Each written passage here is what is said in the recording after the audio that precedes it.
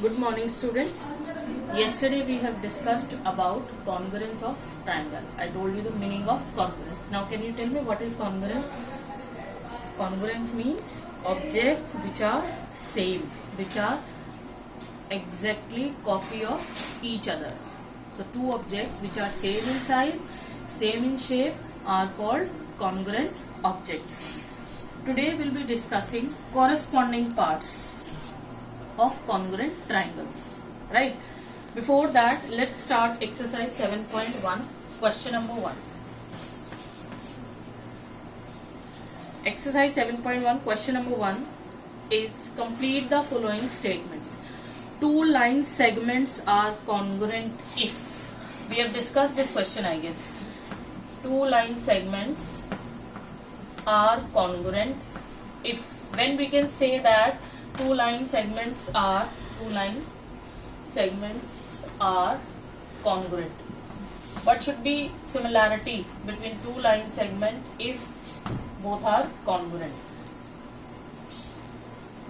What should be equal in them?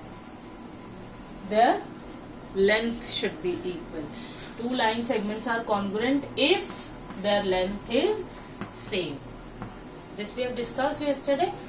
If their length is same, right? Second part says, this was A part. B part says, among two congruent angles,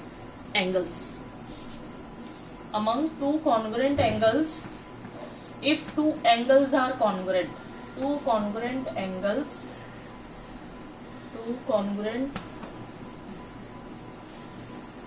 angles, one has a measure of 70 degree. One angle is of 70 degree. One angle is of 70 degree. So what will be the measure of other angle? What will be the measure of other angle? Other angle will be 70 degree. Obviously, if two angles are congruent, means their measure should be same. If two angles are congruent, then their measures should be same.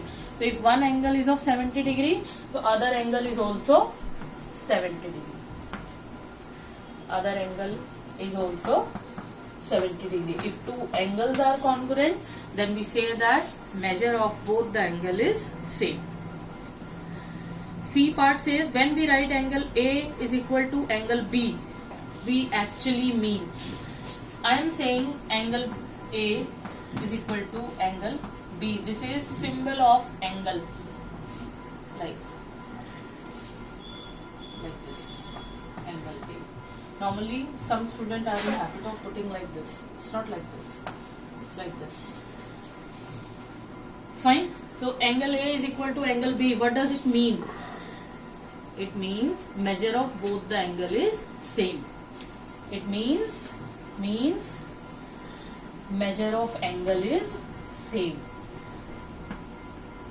Measure of angle is same, right? If we say angle A is equal to angle B, it actually means measure of angle is same, right?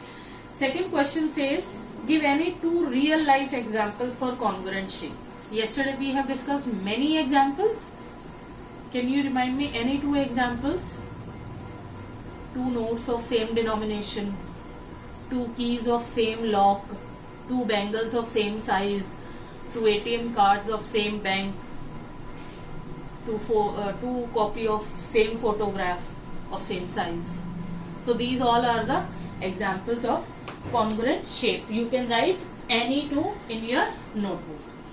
Now we'll see question number 3.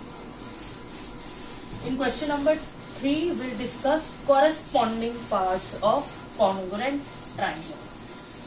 If two triangles are congruent, let's say, this is question 3. Let's say triangle ABC is congruent. I told you the symbol of congruence is congruent to triangle FED.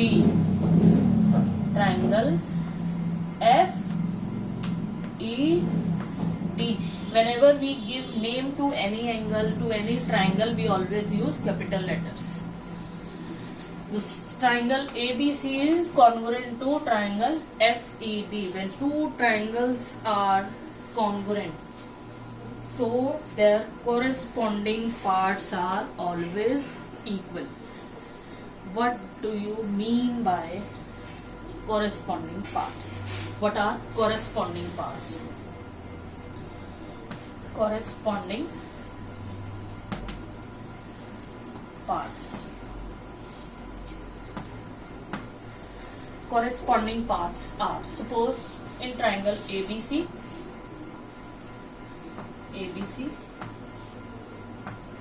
and FED. AB will be equal to, AB is corresponding to FE. These are corresponding part. AB is corresponding to FE.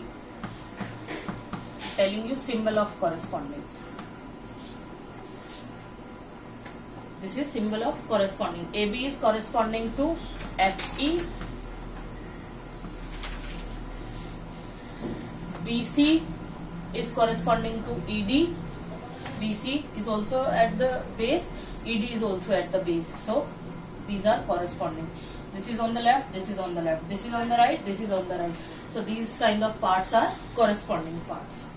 This left angle is corresponding to this. This upside angle is corresponding to this. This angle is corresponding to this.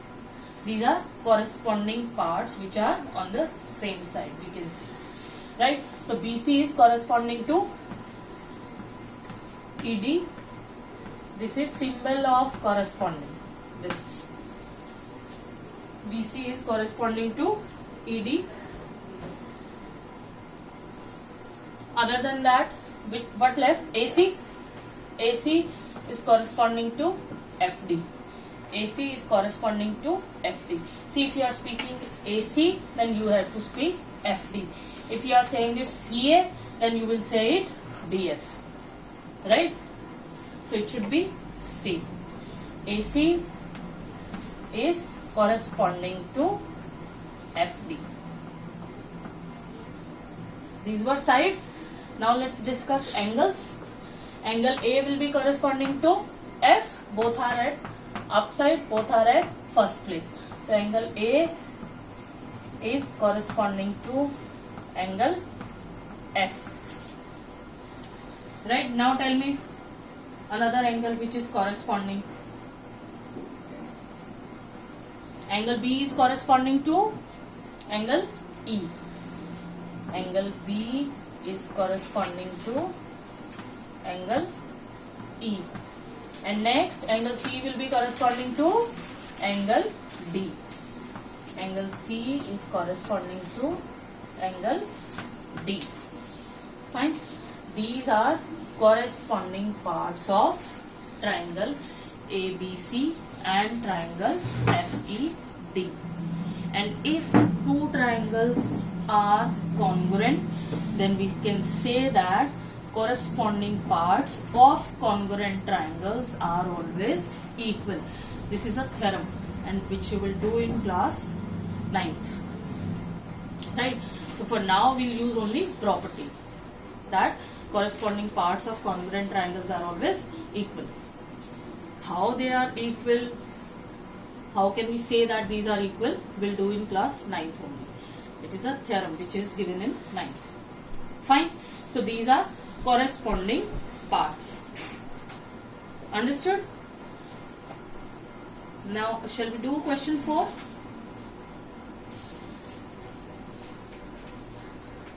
Question 4 is just like question 3.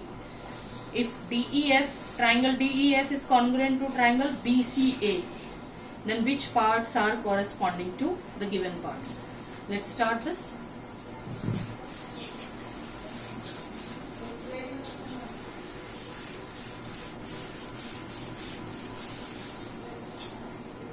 Question 4. Triangle DEF triangle DEF is congruent to triangle BCA. Triangle BCA. Now you are to write some corresponding parts. Which angle will be corresponding to E? This is the question. Tell me, which part will be corresponding to E?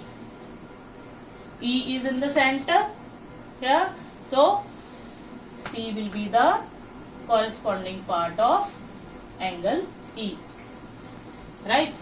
Now let's see the next part. EF, line segment EF. Tell me, which line segment, which side is corresponding to EF? EF, which is corresponding to EF, is CA. Yes, CA is corresponding to EF. And C part is angle F.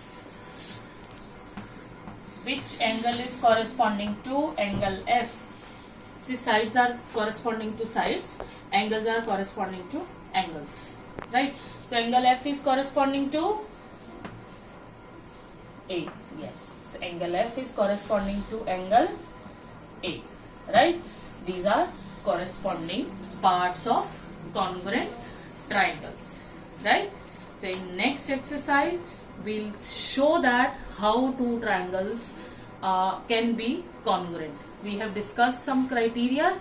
In next exercise we'll be using those criteria. So again I'm telling you, learn all the criteria of congruence of triangles. Tomorrow we'll be discussing all the criteria again, and then we'll use them in the triangles. So for today your work is to complete exercise 7.1. Thank you.